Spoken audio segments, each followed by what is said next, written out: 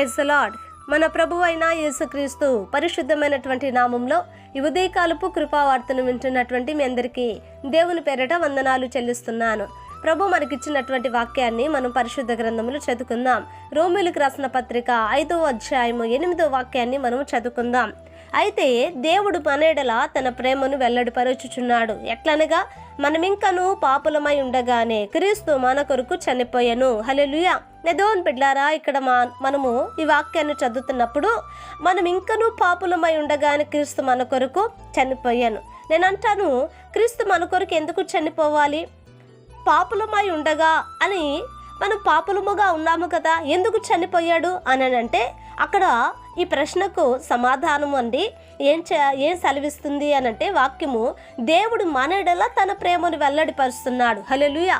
నా దేవుని బిడ్డారా, ఇప్పుడు తండ్రి అయినటువంటి దేవుడు మనల్ని ప్రేమించాడు కనుక, మనల్ని ఆయన ఎంతో ప్రేమను చూపించిన దేవుడు కనుక, ఇప్పుడు ప్రేమ కలిగిన దేవుడట మనల్ని రక్షించటానికి, మనల్ని కాపాడటానికి, నా దేవుని బిడ్డారా, పాతాళము నుంచి మనల్ని కాపాడుకోవటానికి తన యొక్క ఒక్కగానొక్క కుమారుణ్ణి మన కొరకు బలిగా అర్పించాడండి. హల్లెలూయా. నా దేవుని బిడ్డారా, ఇక్కడ ప్రేమ గెలిచిందండి. నా దేవుని బిడ్డలారా, ఇక్కడ మనం చూస్తూ ఉన్నప్పుడు యేసుక్రీస్తును మనం ఆలోచించండి.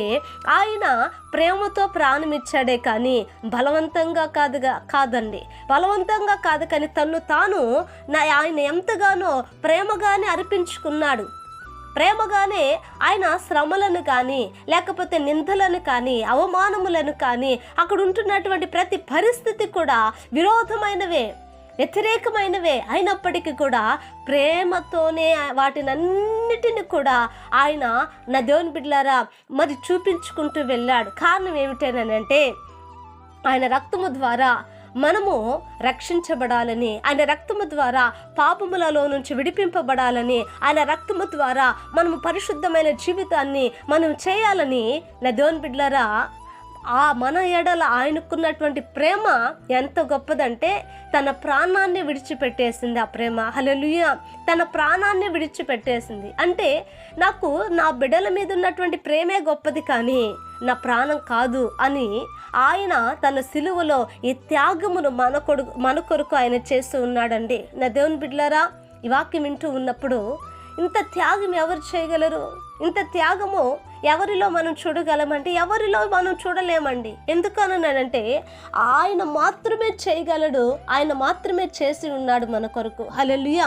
కనుక ఈ రోజున ఈ యొక్క వాక్యం వింటూ ఉన్నప్పుడు ఆయన మన ఎడల కోరుకున్నటువంటి జీవితం ఎటువంటిది, మన ఎడల ఆయన కావాలనుకున్నటువంటి జీవితం ఎటువంటిది, పాపములలో బ్రతుకుతున్నటువంటి మన కొరకు ఆయన రక్తము కార్చాడు కదా, నా దేవుని బిడ్డల ప్రాణం పెట్టాడు కదా.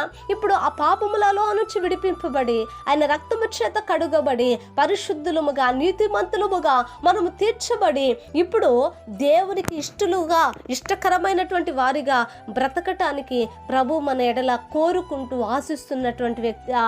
ఆశిస్తున్నటువంటి ఆయనకు ఉన్నాడండి. కనుక అటువంటి కృప ప్రభు మనకు దయచేలాగున ఒక చిన్న ప్రార్థన చేద్దాం. మహాపరిశుద్ధుడైన మా తండ్రి, కృపగలిగిన దేవానికి వందనాలు. ఇదిగో నైనా ఈ ఉదయకాలం ముందు నీ మాటలు వినటానికి మాకు ఇచ్చిన ఈ యొక్క కృప కొరగా స్తోత్రములయ్యా. అయ్యా నా తండ్రి, నైనా నీవే ప్రాణం పెట్టకపోయి ఉంటే, అయ్యా నీవే మా కొరకు రక్తము కార్చకపోయి ఉంటే, నీవే మా కొరకు నైనా ఈ లోకానికి దిగి రాకపోయి ఉంటే, అయ్యా నా ప్రభా మాకు క్షమాపణ లేదు, మా పాపములకు నైనా మా అపరాధములకు నైనా క్షమాపణ లేదు నా తండ్రి. అయ్యా అవునయ్యా, మా పాపములను కొట్టివేసిన దేవుడివి, సిలువలో కొట్టివేసిన దేవుడు నైనా నీకు స్తోత్రములు నా ప్రభా. నువ్వు కార్చిన రక్తము ద్వారా అయ్యా మేము పరిశుద్ధపరచబడినట్లుగా కృప చూపండి. ఇంకా ఎంతమంది అయితే బంధించబడ్డారో, ఇంకా ఎంతమంది అయితే లోకములో ఉంటున్నారో వారందరి మీద నీ రక్తము ప్రోక్షించబడాలయ్యా, వారందరూ విడిపింపబడాలయ్యా, వారందరూ రక్షించబడాలయ్యా. అవును నైనా, ఇదిగో నా తండ్రి వాక్యం వింటున్నటువంటి ప్రతి వారిని, వారి కుటుంబాలను కూడా నైనా అయ్యా నా తండ్రి నైనా కృప చూపమని ప్రార్థిస్తున్నామయ్యా. ఇదిగో నా తండ్రి నైనా ఈ వాక్యం వినటానికి మీరు ఇచ్చినటువంటి ధన్యతను బట్టి దేవానికి స్తోత్రాలు చెల్లిస్తూ యేసు నామమును అడిగి వేడుకుంటున్నాము తండ్రి, ఆమేన్. Praise the lord.